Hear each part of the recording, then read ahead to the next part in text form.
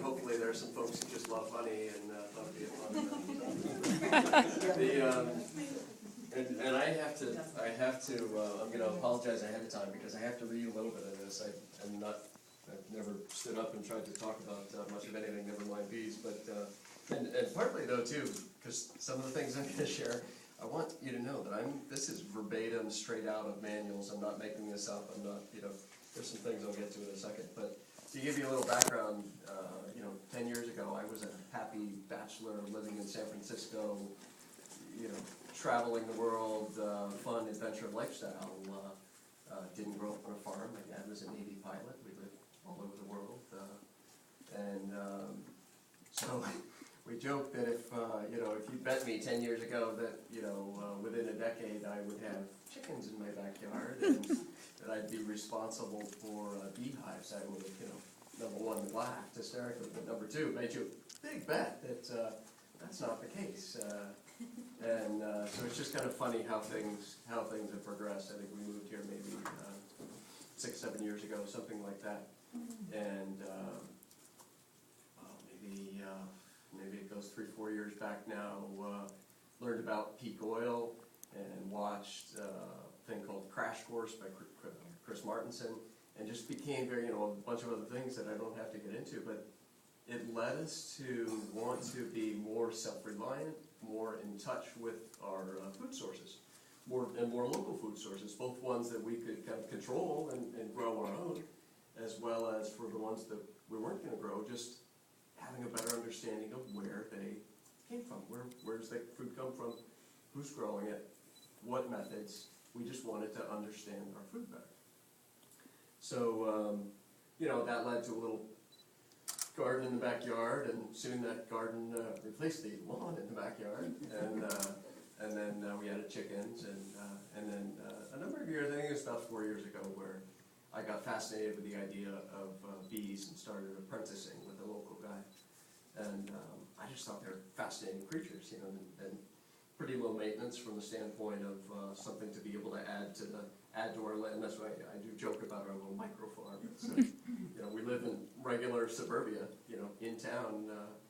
They ran around town hall, loved, hey John, we have any rules on chickens? And they all laughed, the whole town, because nobody in this, tiny little town had ever even thought about, I won't say nobody, but you get the idea. Like here we are, coming at this from a very different background. But that also kind of ended up bringing me to beekeeping with a very different twist. So, and here I have this note now. Okay, so now you're just wondering, can't we talk about eating it, right? But here's the twist: when you grab that $2 per pound jar of national brand honey at the supermarket shelf, I used to think honey's honey. It's straight from the bees, 100% natural. There can't be any difference between one brand to another. Honey is honey, right? And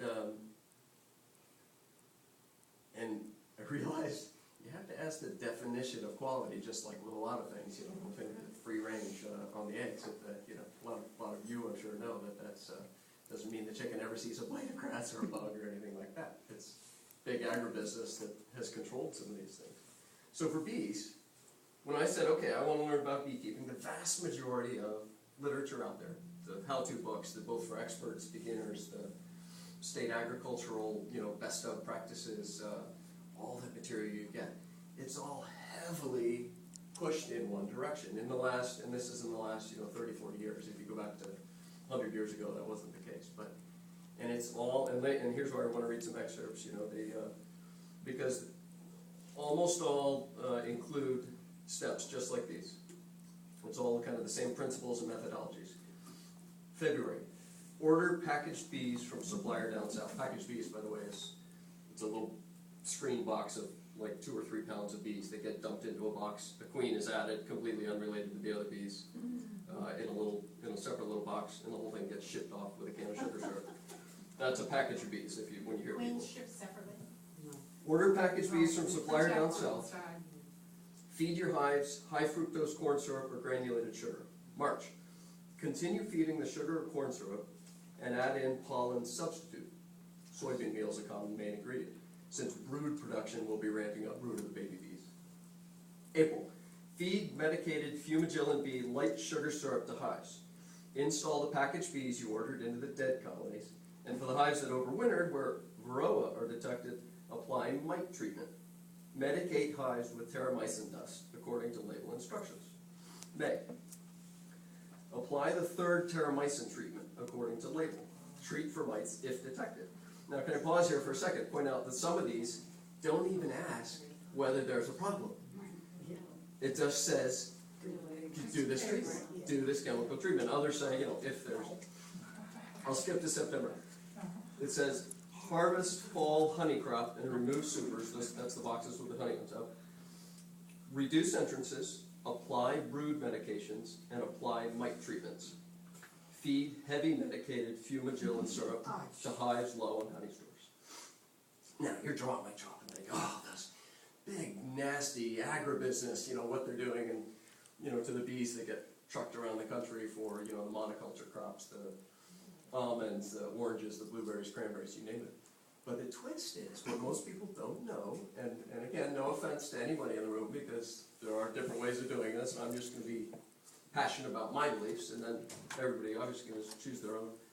But the twist is, the vast majority of beekeepers out there, from the nice little couple across town who have a few hives in the backyard and sell some jars of honey at the roadside stand next to their house, they're all using this methodology because that's what you're told is the only way your bees will stay alive. And then, well, in a quick digression on like organic or natural, there's some people who say, oh, no, I don't do that. I only do organic beekeeping. And that is things like formic acid treatments, oxalic acid treatments, even powdered sugar dusting. And you think, those don't sound so bad. And I have to admit, some of those, I'm less worried, like if some powdered sugar ends up into my honey compared to some of these other, I really don't want to be eating, the fumagillin that ends up in the honey.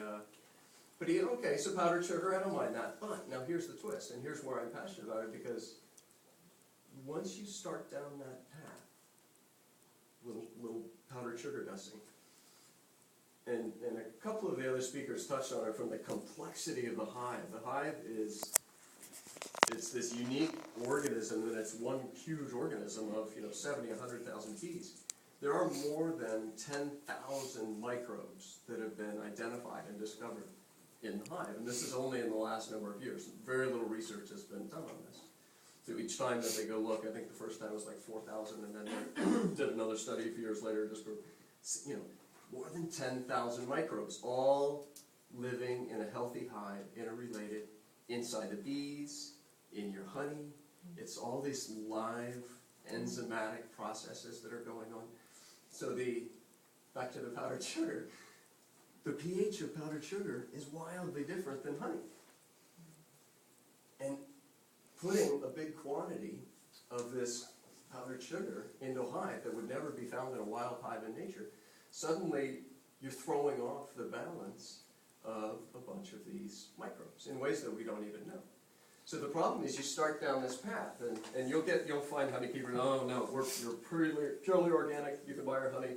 We almost never, rarely, sometimes if we get a really bad mite population, then we'll use the fumagillin, but in general and the reality is, it's pretty impossible not, once you start down that path of treatment, it's just like when you do heavy antibiotic dosing all the time.